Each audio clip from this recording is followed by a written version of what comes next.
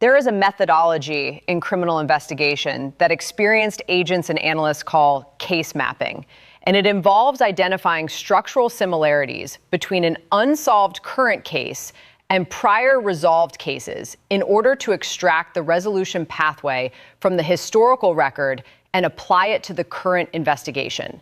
This week, that methodology entered the public discussion of the Nancy Guthrie case in a specific and significant way.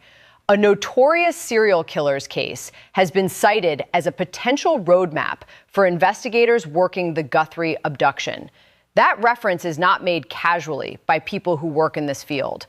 When analysts point to a specific prior case as a potential template, they are identifying a set of structural similarities in victim selection, in operational method, in communication patterns, in the relationship between perpetrator and victim that make the prior case analytically relevant to the current one. At the same time, the insider theory has received its fullest public articulation yet. An ex-FBI agent has stated that Nancy Guthrie knew her masked abductor. A separate analytical piece this week detailed at length why the expert community has arrived at the conclusion that the kidnapper is someone from Nancy Guthrie's life rather than a stranger. And a new name, Marcus, has emerged in connection with a burner phone call described as critical, an abandoned red Honda, and claims about a failed ransom attempt. The combination of a historical roadmap, a formally articulated insider theory, and new physical evidence connecting a specific name to specific operational details is the most analytically rich single week this case has produced. This report examines all of it through the lens of criminal forensic analysis, because that lens is the one that connects the analytical abstractions to the physical realities of what investigators actually have. The case roadmap reference is the most analytically novel element in this week's public record, and it deserves the most careful examination this report can provide. The identification of a notorious serial killer's case as a potential roadmap for the Nancy Guthrie investigation implies a specific set of structural similarities. The word notorious implies a case that received significant public attention and that was eventually resolved through law enforcement action. The use of a serial killer case as the reference point is specifically significant. Serial killer cases, by definition, involve a perpetrator who committed multiple crimes against multiple victims. If a serial killer case is the roadmap, it may imply that investigators or analysts believe the person responsible for Nancy Guthrie's abduction has committed prior crimes that have either been documented or that fit a pattern consistent with documented prior offenses. The roadmap function of a prior case works as follows. Investigators identify the steps that led from an unsolved state to resolution in the prior case. They examine what specific evidence or witness information eventually produced the identification. They look at whether the resolution came through forensic evidence, through a witness breakthrough, through the perpetrator's behavioral escalation, or through some combination of these factors. And they apply the relevant pathway to the current case, using the prior resolution as a guide for which investigative avenues are most likely to produce the same result. In the Nancy Guthrie case, the pathway most likely being modeled from the serial killer roadmap involves the specific sequence in which physical evidence, behavioral analysis, and witness intelligence combine to produce an identification. If the prior case was resolved when physical evidence from the crime scene was matched against a suspect identified through behavioral profiling and witness accounts, that same combination of three evidence types is what investigators in the Guthrie case are working to assemble. The potentially critical DNA from the home, the behavioral profiling from the mask and hood theory and the God complex assessment, and the witness intelligence that Gayle King is publicly appealing for. These three threads are exactly the combination that the serial killer roadmap would predict as the resolution pathway. The insider theory connects to the roadmap analysis in a specific way. Many serial killer cases that were eventually resolved involved perpetrators who were, in some sense, known to their victims or to the investigative community before their identification was confirmed. The pattern of crimes by someone who operated within a social world that gave them access to victims rather than as a complete stranger is a recognized criminological pattern. If the serial killer roadmap case involves that kind of insider access dynamic, its relevance to the Nancy Guthrie investigation is direct and specific. The forensic analysis of what the insider theory means for the physical evidence in this case requires careful examination because the theory changes the meaning of each piece of evidence already in the record. The potentially critical DNA evidence from Nancy Guthrie's home is the starting point for this forensic reexamination. Hair samples identified as potentially critical and currently being analyzed by the FBI are, in the stranger hypothesis, evidence of an intruder who left biological material during the commission of the crime. In the insider hypothesis, the same hair samples are evidence of a known individual whose presence in the home was at some prior point expected and unremarkable. The difference between those two framings is significant for what the analysis needs to produce. In the stranger hypothesis, any unidentified DNA profile from the residence is a candidate for the perpetrator's identity. In the insider hypothesis, the challenge is more specific. The perpetrator's DNA was likely in the residence before the abduction as well as during it. What investigators need to identify is not simply the presence of a specific profile, but the specific location and context within the residence that distinguishes evidence of the abduction from evidence of prior legitimate access. Hair found in areas of the home consistent with forceful activity, restraint, or struggle carries different investigative weight from hair found in a living room or kitchen that a regular visitor would naturally have shed. The potentially critical characterization of the specific samples suggests that investigators have identified samples from locations or contexts that are inconsistent with casual prior access. That is the forensic threshold at which the insider's DNA becomes evidence of the crime rather than simply evidence of presence. The burner phone call, described as critical, is another physical evidence element that requires insider-framed analysis. In a stranger kidnapping, the perpetrator communicates through channels designed to prevent identification and connection to their regular identity. A burner phone is the standard tool for this. In an insider kidnapping, the burner phone serves the same purpose, but also carries the additional function of preventing the family from recognizing the voice, number, or communication style of someone they know. If the Marcus claim is accurate, and if Marcus is an individual with prior connection to Nancy Guthrie or her family, then the burner phone communication described as critical may contain information or identifiers that, when analyzed against what investigators know about Marcus's communication style or identity, allows a comparison that would not be possible if the perpetrator were a complete stranger. The abandoned red Honda is the physical evidence element that most directly suggests operational movement and geographic specificity. A vehicle associated with the kidnapping operation, left abandoned, tells investigators about the operational geography of the crime. Where it was found tells them about the perpetrator's movement after the vehicle was no longer useful. The point at which it was abandoned, whether before, during, or after the abduction itself, tells them about the operational sequence. If the Honda can be traced to a registered owner or to someone who purchased it through identifiable channels, the vehicle becomes a direct link to a specific individual. If forensic examination of the vehicle interior produces biological material, that material can be compared against the DNA analysis already being conducted on the hair samples from Nancy Guthrie's home.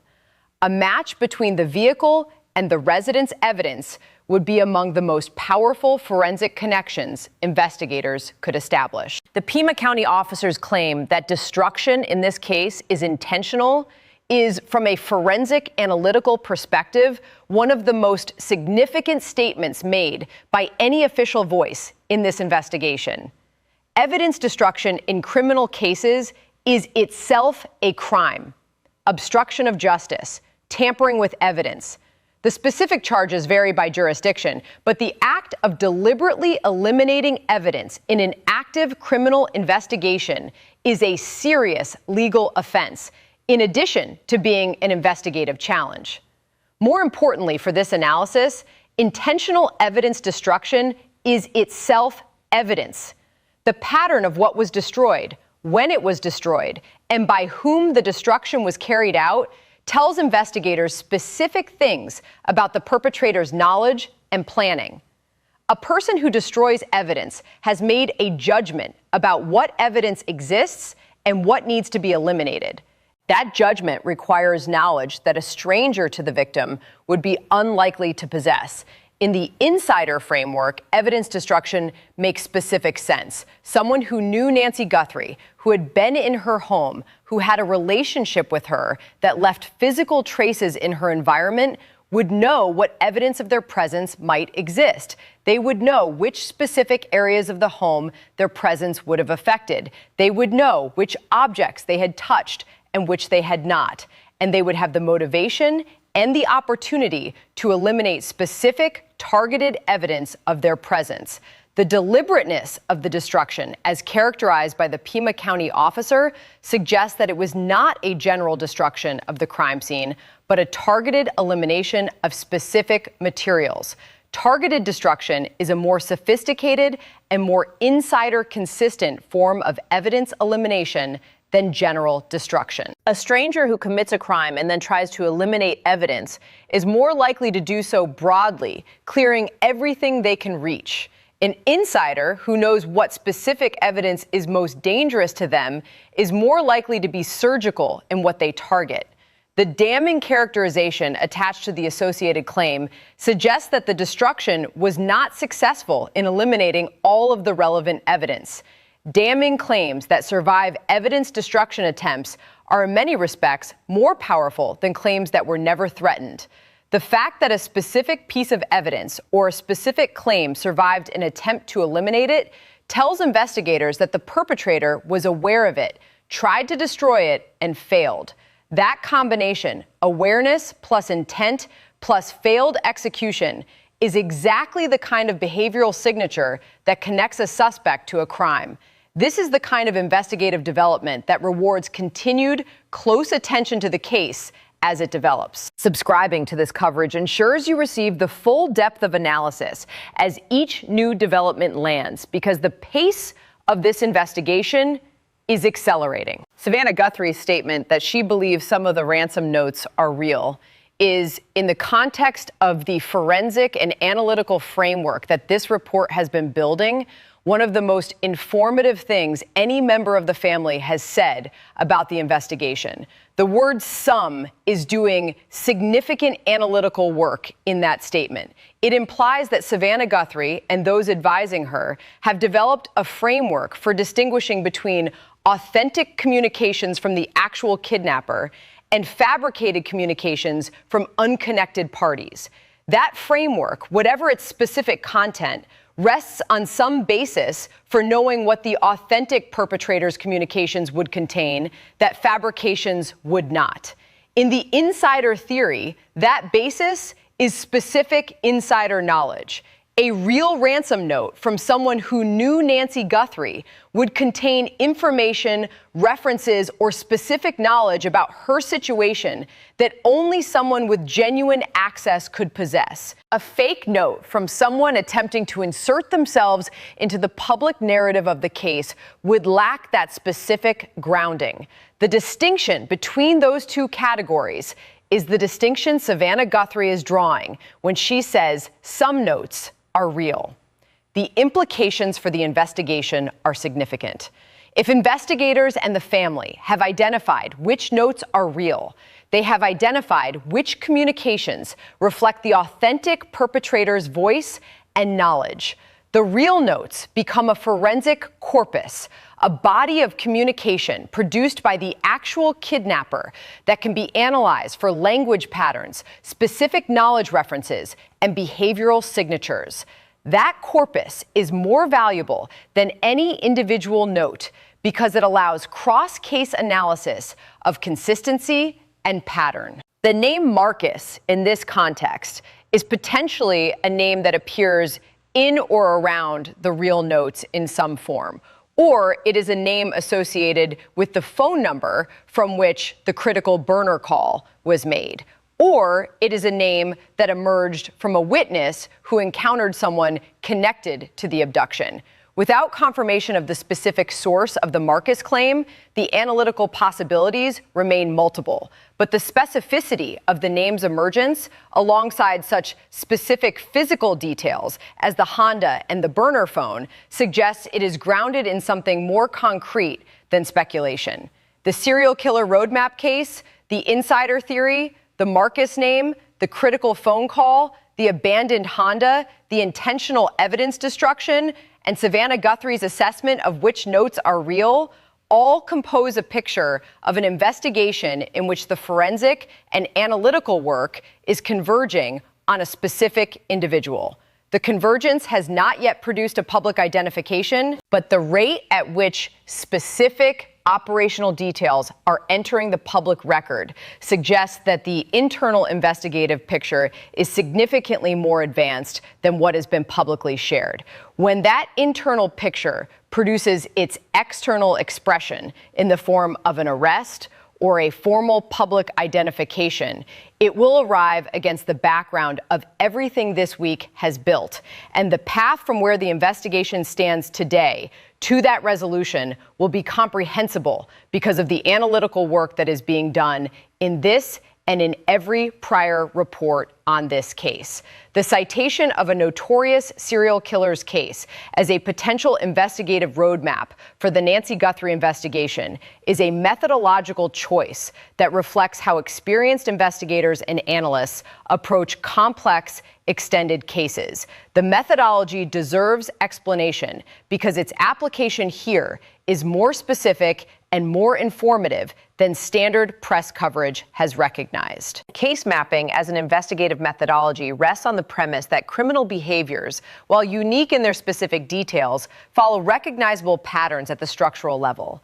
The selection of a victim, the operational method of the crime, the communication patterns that follow, the behavioral signature of the perpetrator in the period after the crime. These structural elements are often consistent across multiple crimes by the same type of perpetrator, even when the specific details differ significantly. When analysts identify a prior resolved case as a roadmap for a current investigation, they are making a specific claim. The structural pattern of the prior case matches the structural pattern of the current case closely enough that the resolution pathway from the prior case is a valid guide for where the current investigation should focus. In the Nancy Guthrie case, the specific serial killer case being referenced would need to share several structural elements to be a valid roadmap. A victim with a specific profile, likely elderly or in some way vulnerable in the same way Nancy Guthrie was vulnerable. A perpetrator who used physical concealment during the crime. A communication pattern involving multiple ransom notes or contacts. A relationship between perpetrator and victim that involved prior acquaintance. And crucially, a resolution pathway that the current investigation can replicate. The resolution pathway from a serial killer case typically involves one of several mechanisms: a forensic match between crime scene evidence and a known individual's profile, a witness who eventually provided information that identified the perpetrator after prior reluctance, a behavioral escalation by the perpetrator that produced additional evidence or led them into direct contact with law enforcement, or an investigative combination of all three. In the Nancy Guthrie investigation, all three of those pathway elements are in play simultaneously. The FBI's DNA analysis represents the forensic mechanism. Gayle King's witness appeal represents the witness intelligence mechanism. And the Marcus name with the burner phone and abandoned Honda represents the behavioral and operational evidence mechanism. The serial killer roadmap would suggest that whichever of these three mechanisms produces the first clean result will be the thread that leads to identification. The insider theory connects to the roadmap in a specific forensic way as well.